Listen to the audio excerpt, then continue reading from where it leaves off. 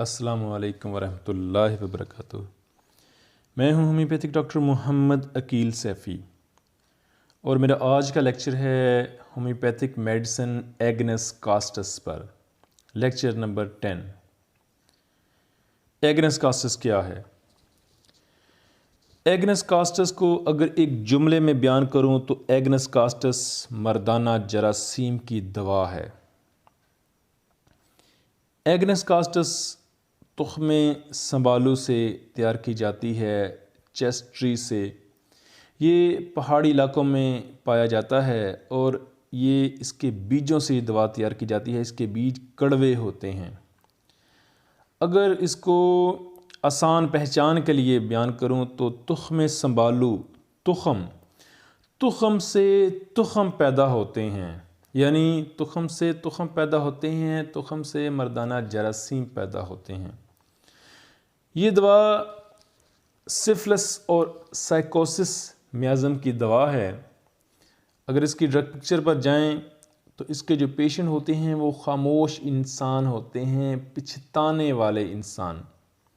ایسے انسان، ایسے مرد، ایسی عورتیں بھی جو اپنی سابقہ زندگی سے پچھتاتے ہوں کہ ہم نے غلط کاریاں کی ہیں اور اب ہمیں خمیازہ بھگتنا پڑ رہا ہے، خاموش ہوں گے، پچھتانے والے ہوں گے، ان کا چہرہ زرد ہوگا، آنکھیں اندر کو دنسی ہوئی ہوں گی، کمزور جسم ہوگا، مایوس ہوں گے گرتی ہوئی صحت کی وجہ سے، مستقبل کے متعلق پریشان ہوں گے اور جوانی میں بوڑھے دکھائی دیں گے۔ مر جانے کا دل چاہے گا اور مر جانے کا خوف بھی ہوگا، کیونکہ دنیا سے بے رغبتی ہوگی۔ یہ شدید خوف نہیں ہے، بس ایک ہلکا سا خوف ان کے دل میں رہتا ہے مر جانے کا، کہ کہیں وہ مر نہ جائیں، اور وہ پچھتاتے رہتے ہیں۔ ان کے اگر مزاج پر بھی جائیں تو وہ بھی یہی ہے کہ پچھتاتے ہیں اور خود کو کم تر سمجھتے ہیں۔ ان کے اندر حوصلے کی کمی ہوتی ہے بچپن کی غلط کاریوں کی وجہ سے۔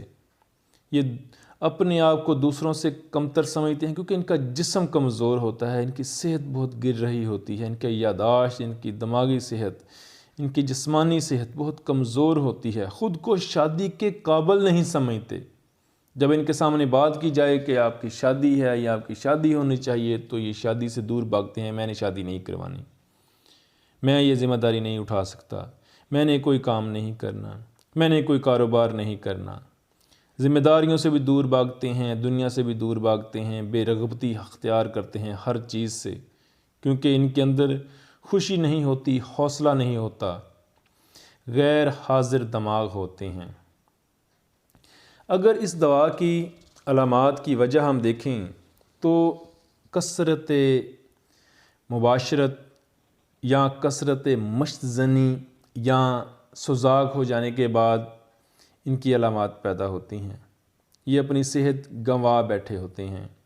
اگر ان کی خاص علامات دیکھیں کہ ان کی خاص علامات کیا ہیں تو ان کے اندر خواہش نہیں ہوتی، یعنی شادی اس لیے نہیں کروانا چاہتے، کسی چیز کی ان کے اندر خواہش نہیں ہوتی، دنیا کی بے رغبتی ہوتی ہے کیونکہ ان کے اندر مردانہ خواہش نہیں ہوتی، ٹھیک ہے، صحبت کی، شادی کی خواہش نہیں ہوتی، سیکس کی خواہش نہیں ہوتی، خود کو قابل نہیں سمجھتے۔ ان کے عضو تناسل جو ہیں، عضو خاص، وہ سرد پلپلے لٹکے ہوئے ہوتے ہیں، ان کا حافظہ کمزور ہوتا ہے، ان کو صحیح طریقے سے شہوت نہیں آتی، شہوت آئے گی بھی رات کو معمولی سی بس۔ ان کے اندر جریان منی ہوگا، چلتے پھرتے ہوئے قطرے گریں گے، لیسدار قطرے، یورین سے پہلے، یورین کے بعد ذرا سی شہوت آئی اور جریان منی کی شکایت، جسمانی کمزوری بہت زیادہ۔ یہ صرف مردوں کی ہی دوا نہیں، عورتوں کی بھی دوا ہے۔ لیکوریا پڑتا ہے عورتوں کو، زیادہ انگشت زنی کرنے سے لیکوریا کی شکایت، اور ایسا لیکوریا جو کپڑے پر داغ ڈال دے، معدہ کمزور، پٹھے کمزور، اعصابی کمزوری، جسمانی کمزوری، حافظہ کمزور۔ اگر میں اس دوا کی کلینکل پریکٹس پر جاؤں تو یہ دوا جراثیم پیدا کرتی ہے۔ اس دوا کا موڈ آف ایکشن کیا ہے کہ یہ دوا جراثیم پیدا کرتی ہے اور دودھ کی افزائش کے لیے بہترین ہے۔ جن عورتوں کی دودھ نہیں اترتا، بچے جو ہیں وہ دودھ ان کا پورا نہیں ہوتا، عورتیں کہتی ہیں جی پستانوں میں دودھ بہت کم ہے، دوسرا دودھ لگانا پڑتا ہے بچے کے لیے، تو دودھ کی افزائش کے لیے بھی بہترین ہے۔ اگر جراثیم کے لیے استعمال کروانا ہو تو اس کو مدر ٹنچر میں استعمال کروانا چاہیے، اور ڈامیانہ مدر ٹنچر کے ساتھ استعمال کروانا چاہیے۔ اگر دودھ کی افزائش بڑھانے کے لیے، دودھ کی مقدار بڑھانے کے لیے استعمال کروانا چاہے ہو تو ریسینس کام مدر ٹنچر کے ساتھ استعمال کروانا چاہیے۔ ایسی عورتیں جو بانجھ پن جو ہو، جن کے ایگز جو ہیں وہ فولیکلز جو ہیں وہ میچور نہ ہوتے ہوں، ان کے اگر استعمال کروانا چاہیں تو ان کو بھی استعمال کروایا جا سکتا ہے، ان کو بھی مدر ٹنچر استعمال کروائیں اشوکا مدر ٹنچر کے ساتھ۔ یعنی جراثیم، مردانہ جراثیم سپرمز کے لیے استعمال کروانا ہو تو ڈامیانہ مدر ٹنچر کے ساتھ استعمال کروائیں، دودھ کی افزائش کے لیے ہو تو ریسینس کام کے ساتھ، اور بانجھ پن کے لیے اشوکا مدر ٹنچر کے ساتھ۔ اور یہ دوا مردانہ اور زنانہ غدودوں پر اثر کرتی ہے، یعنی جو غدود ہیں ان کی افزائش کو بڑھاتی ہے، ٹھیک ہے، غدودوں کی پروڈکشن کے لیے بہترین ہے، ان کی افزائش کو بڑھاتی ہے، جس سے جراثیم بھی پیدا ہوں گے، دودھ بھی پیدا ہوگا، اور ایگز بھی میچور ہوں گے، پیدا ہوں گے۔ یہاں پر ایک اور بات بتا دوں کہ مدر ٹنچر جو ہوتا ہے وہ اس کی تاثیر ٹھنڈی ہے۔ بہت سارے لوگ اس کو گرم سمجھتے ہیں، نہیں، یہ ٹھنڈا ہے، جنان منی کو دور کرتا ہے لیکن شہوت کو کم کرتا ہے مدر ٹنچر۔ اگر آپ نے اس کو خواہش کے لیے دینا ہے، شہوت کے لیے دینا ہے، مردانگی کے لیے دینا ہے، شادی شدہ مرد کو دینا ہے تو پھر 3200 1 mcm پاور میں دیں، اور اگر غیر شادی شدہ کو دینا ہے، جنان منی کے لیے دینا ہے، ٹھیک ہے، تو پھر آپ نے اس کو مدر ٹنچر دینا ہے، یا اگر آپ نے جراثیم کی پروڈکشن کے لیے دینا ہے تو مدر ٹنچر میں دیں، لیکن اگر خواہش اور شہوت کے لیے دینا ہے شادی شدہ مرد کو، اس کو امپوٹنسی کا مسئلہ ہے، تو آپ 3200 1 m میں دیں۔ 1 m میں یہ گرم ہے، اور مدر ٹنچر میں یہ دوا مریض کو ٹھنڈا کرتی ہے۔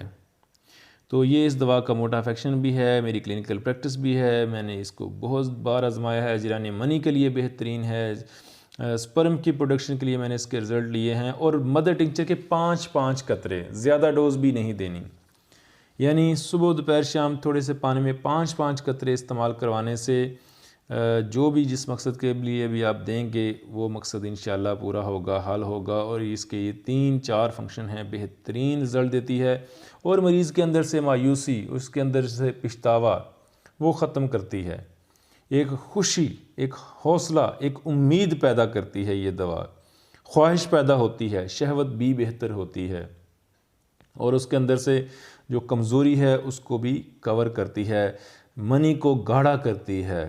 مدر ٹنچر جو ہے وہ منی کو بہترین گاڑھا کرتا ہے، جریان احتلام میں یا ختم ہو جاتا ہے یا رک جاتا ہے، اور اس کو نارمل کرتی ہے، بہترین دوا ہے۔ مجھے امید ہے آپ کو میرا یہ ایگنس کاسٹس پر لیکچر پسند آیا ہوگا۔ میرے چینلز کو لائک کیجئے گا، میرے چینلز کو سبسکرائب کیجئے گا، اور اپنی دعاؤں میں یاد رکھیے گا۔ ہومیوپیتھک ڈاکٹر محمد عقیل سیفی۔